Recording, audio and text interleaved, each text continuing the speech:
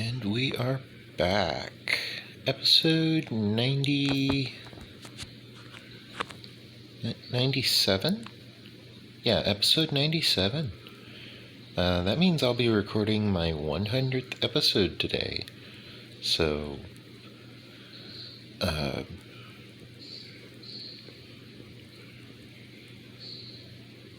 I suppose I need to check my YouTube analytics to see if I need to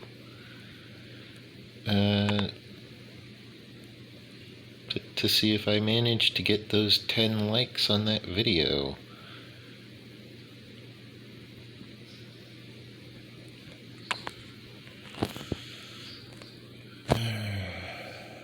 I'll probably end up doing that when my game inevitably crashes.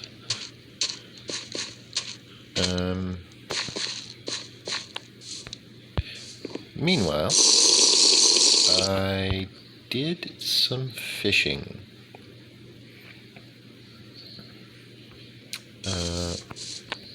For the armor I'm wearing, I have Aqua Affinity 1, Unbreaking 2.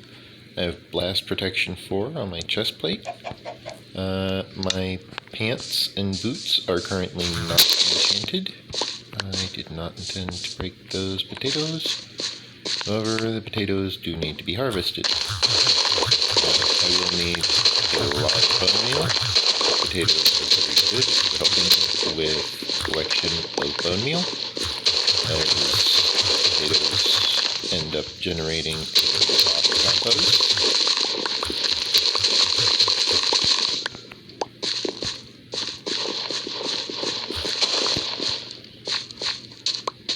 Which, depending on how much compost you're wanting, can be a good thing, or a bad thing. Really depending on how much compost you want.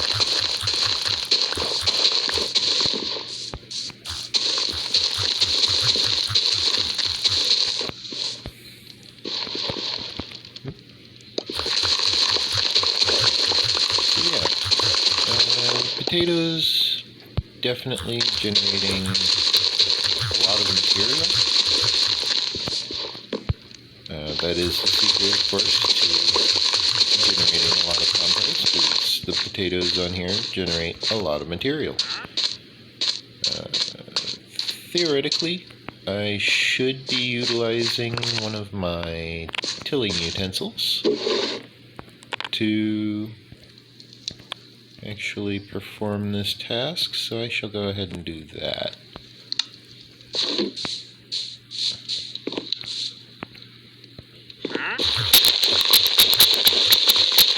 Apparently it's better suited or something. I don't know.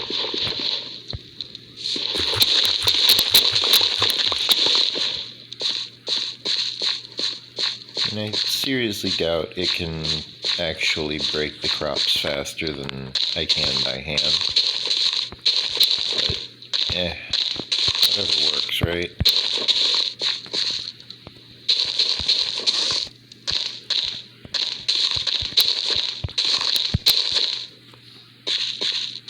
And then I plant those.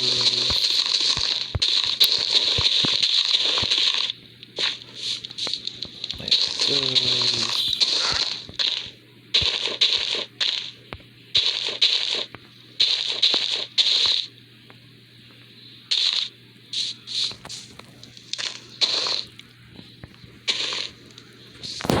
Okay. I am making some decent progress here.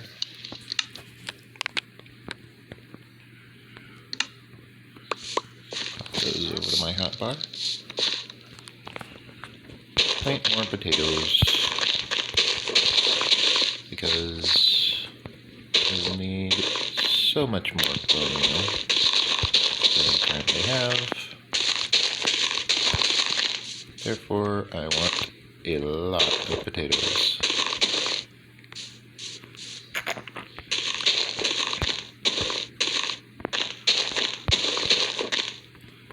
And then after the potatoes, I need to switch over to wheat. And then after I'm done with the wheat, I'll need to switch over to carrots. The wheat is so that I can build up a cow farm. The carrots are so I can build up a villager breeder.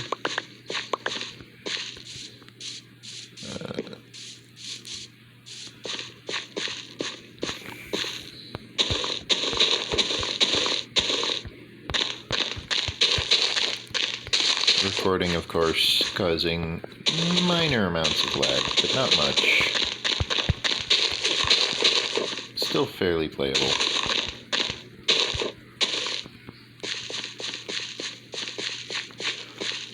With relative ease.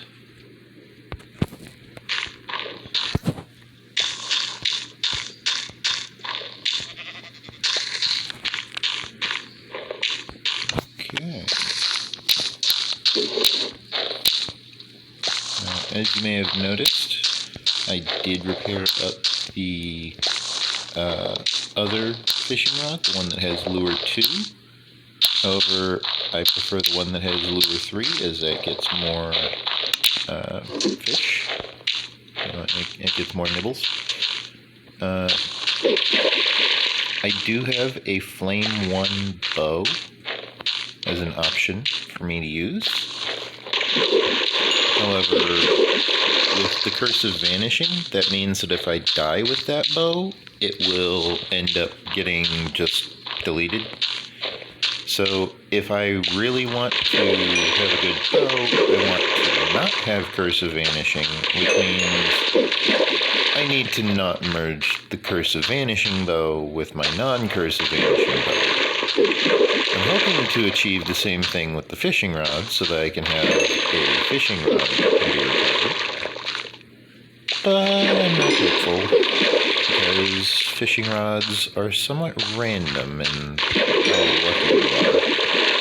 The Curse of Vanishing seems to be more popular among the better enchantments. So I may just end up with Curse of Vanishing on a lot of my stuff. Oh, an enchanted book. I shall have to check that out when I reel in this next fish. Or whatever I pull up. Let's find out. Yeah, it was a fish. Thorns 2. That's going on the diamond armor for sure.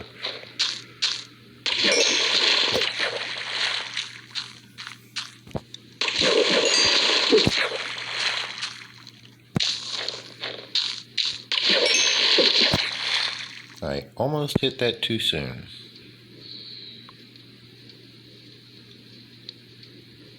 Ah, sounds like the potatoes are done. They have finished their composting, and the cactus has grown a little bit. That's why I'm facing this direction, is so I can tell when the cactus grows. I can also retrieve the bone meal. Switch over to the cooked beef so I don't accidentally, use up the fishing rod or something. Build up the bone blocks. Now I can deposit into this area the cactus as well as the bone blocks. I store the bone meal in the hopper here just so that I have it. I managed to somehow get the hiccups. Not sure how. Probably the chicken I ate for breakfast. There was some leftovers that my dad had left out for me, and so I gobbled it up.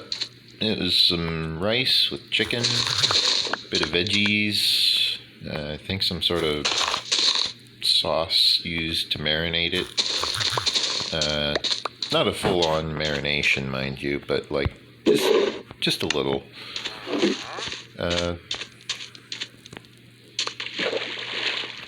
Let's see. Deposit that. Yeah. So I put this lily pad here so I could just jump up here. Theoretically, I'm able to fish from the top of my little atoll there in order to easily not get disturbed by anything short of a skeleton shooting me off. It didn't go well. Let's see.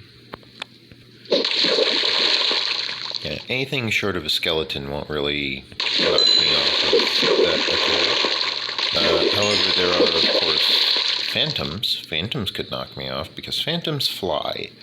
So I would need to be careful of that.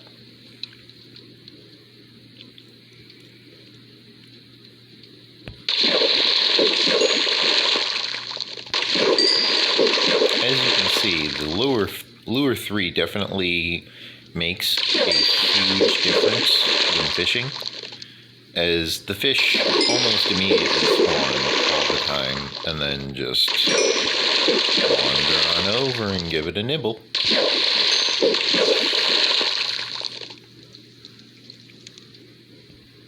Oops, did that one too early.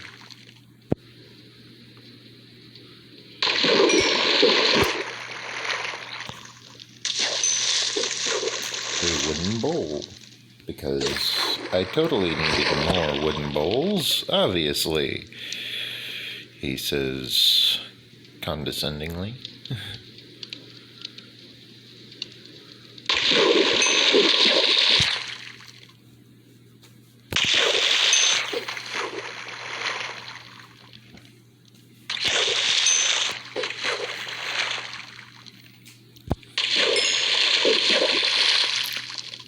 Yeah, I'm trying to get mending fishing rods, but I'm also taking the time to make use of the fishing to gather things such as leather, glass bottles, because I'm going to need glass bottles. Oops. I could make my own, but that requires smelting down sand and then crafting up the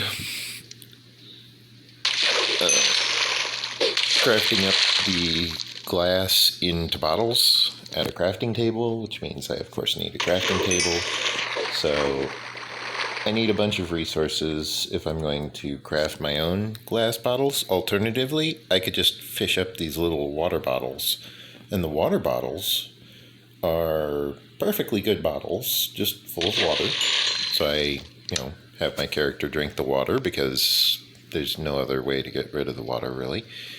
And then I have my glass bottle, my empty glass bottle right there. Because what else am I going to do with it, right? If I wanted to, I could refill the bottle with more water. I could then drink that water if I so desired, or I could use it to make potions in a brewing stand. There's a skeleton over there. I should definitely take care of the nighttime situation, since enemies are starting to spawn now. Daylight keeps the bad guys at bay.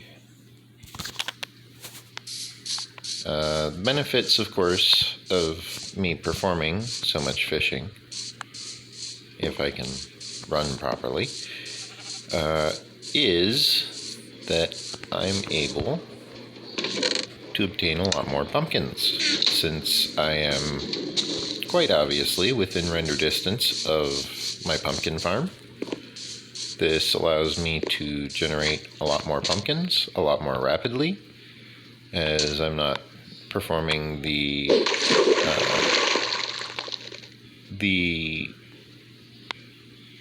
tile updates from all the way down underground. I'm instead working right here, close to the surface, or on the surface technically, very close to the pumpkin farm, so it's very well within the render distance. Split the second too early. Let's see. There we go. Lots of sploosh sound effects, because it's just, every time you pull it out of the water, every time you put it in the water. Or no, it's every time it bites. Every time it bites, every time I put it in the water. That's what it is. So fishing rod deployed. Fish wanders up and bites it, and then it makes a sound effect, so I immediately reel it back in, and then I deploy it.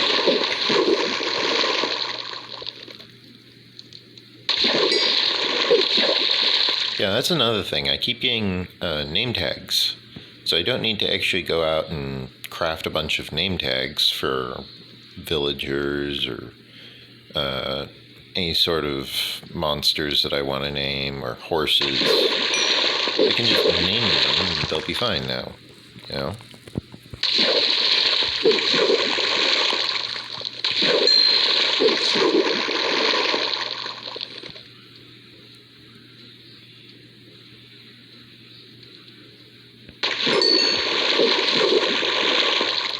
The various mechanics of fishing are actually decently simple in Minecraft. A lot of it is just it pulls from the loot table type of situation. What I really want, however, is luck of the sea. If I can get luck of the sea, then I will be able to get better loot more frequently. And by better loot, I mean not as many fish. Oh, and I brought the smoker over. You can actually see that over there if you look. Over there. Yeah. So there's the smoker right over there behind the sugar cane. I can't actually move. It's right over there next to the grindstone. So, alongside the anvil, I of course have this smoker here. I'm able to quickly and easily retrieve all of the experience from within the smoker. That being said, I don't really have a use for any of these salmon and cod. I don't have a use for them. So I'm just gonna kind of end up like deleting them in lava.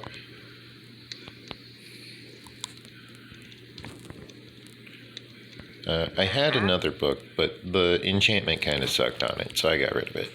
And the bone. And then the bottle.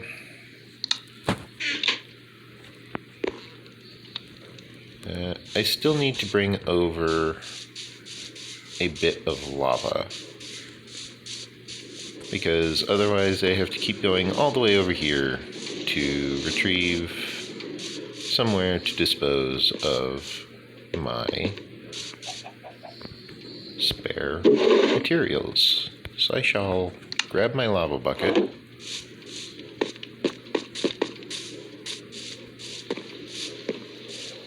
And I shall bring it over to here,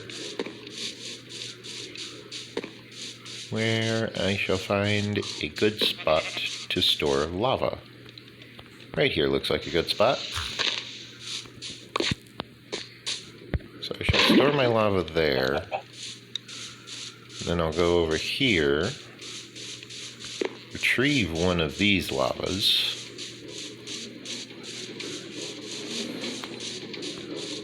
I'll retrieve that one, since it's the most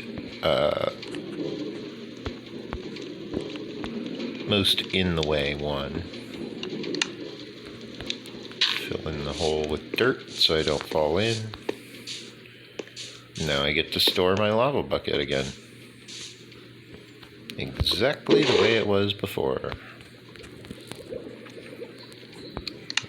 While I'm at it, I can go ahead and store these spare leather boots that I have.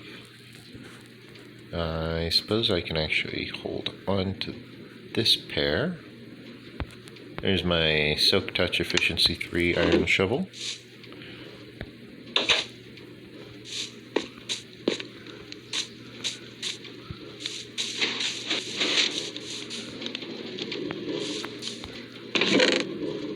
Up to 55 pumpkins so far. And you may be wondering why I'm using a smoker instead of a furnace, as a furnace has more use. You can use a furnace to smelt anything that can be smelted. Smokers, however, are quite a bit faster. Still the same amount of materials consumed, it's just faster at it. So, as you can see, I have quite clearly a full stack of cod, fully cooked. As soon as it cooks, just 2 more. 1 more. Okay, so I have a full stack of cooked cod. I do not need a full stack of cooked cod, so I'll just yeet, and away it goes. I could also, theoretically, use this cactus here for the same purpose. However, I don't like doing that. I don't like destroying things on cacti. I find that lava is more efficient at it. Lava is more reliable. On top of that, I just don't like really letting my items touch a cactus. It's just something I've always avoided. Lava's always been my go-to trash can because it's easy to clean up. You can build blocks around it. It's actually encouraged to build blocks around it because then you're not destroying everything around the lava. However, the cactus has the benefit of not going out of control if you don't build blocks all around it. It'll just grow up to a height of 3 and then stops. And that's it. You know, that's all it does. It's like, okay, that's fine.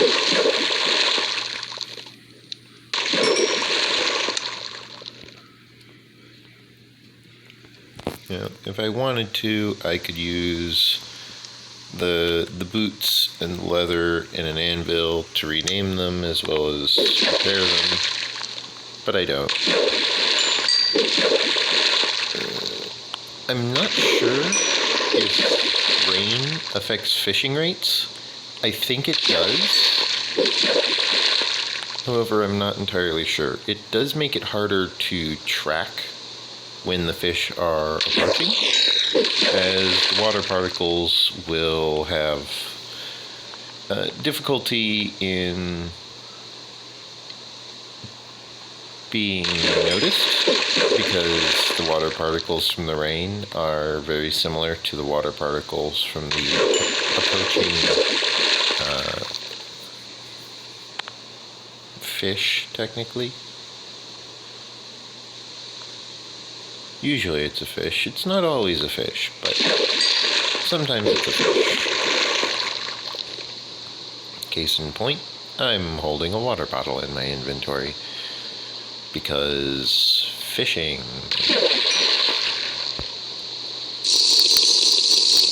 Empty out that water bottle so that I'm able to store up water bottles when I get them.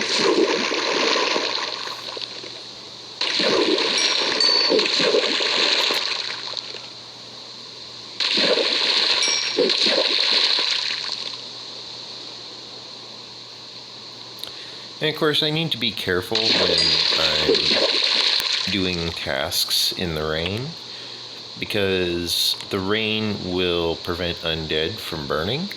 However, the rain also prevents endermen from getting too comfortable, as the endermen will find the rain to be quite deadly towards them. I did notice, however, that at longer distances, the endermen don't seem to be affected by the rain. It's only within a certain radius around the player. So that's something worth noting. I'm not sure if it's the same on Java Edition as it is on Bedrock Edition. I play it on Bedrock Edition, specifically Minecraft for Android, from the Google Play Store. I try to take note of all of the different programmatical differences and all of the version differences. track of any inconsistencies, so I can know, okay, maybe this one will have this feature, but that one won't have that feature. For example, I know Java has more quasi-connectivity for their redstone contraptions, whereas Bedrock Edition will have less quasi-connectivity, but more stability in their redstone. The redstone of Bedrock Edition is very stable for the most part. There are, of course, unstable moments. For example, hoppers for your item filters. You basically need to run a double item filter through all of your different contraptions, or you need to use pistons for signal transference, but you don't want the pistons to fire. You want them to instead push into obsidian so that they immediately transfer without actually needing to update.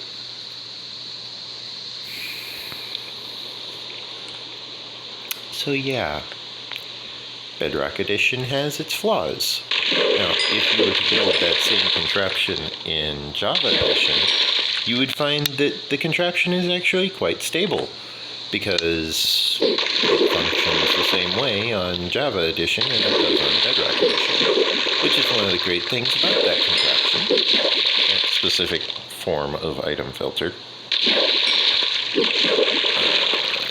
However, the capacity for everything getting situated has a tendency to be somewhat limited, to put it mildly.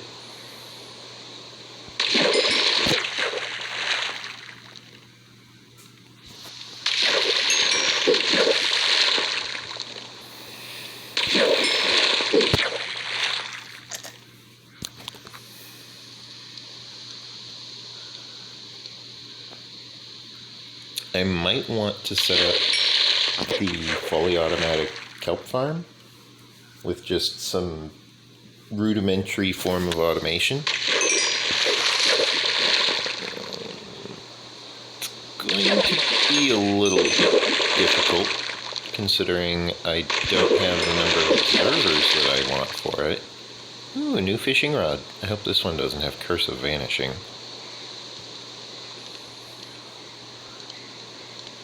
There you go. There you are. No, it is Curse of Vanishing, but it's also got Unbreaking 3 and Luck of the Sea 3, which means I get to apply Luck of the Sea 3 to my fishing rod. That's 19, that's 25. Okay. Well, looks like I'm going to be applying Luck of the Sea 3 to my fishing rod in a little bit. Because first, I need to get a few more levels. Not many. Almost there. Oh, I should actually go and rest. Because it's nighttime and it's raining. Which is not a good combination.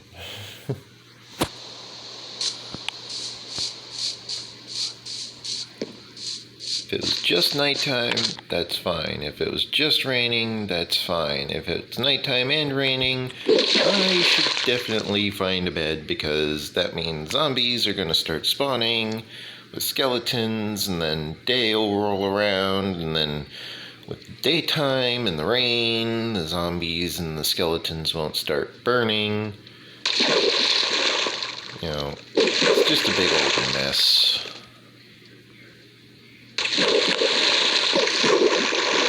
So, if it's nighttime and it's raining, I try and make sure to go ahead and use the bed.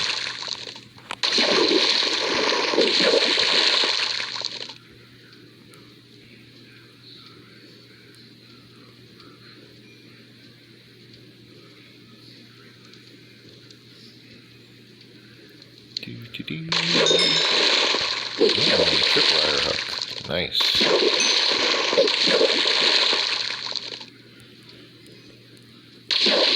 I have, of course, been going around killing off the llamas that spawn in, as well as the cows, in order to gather up as much leather as I possibly can.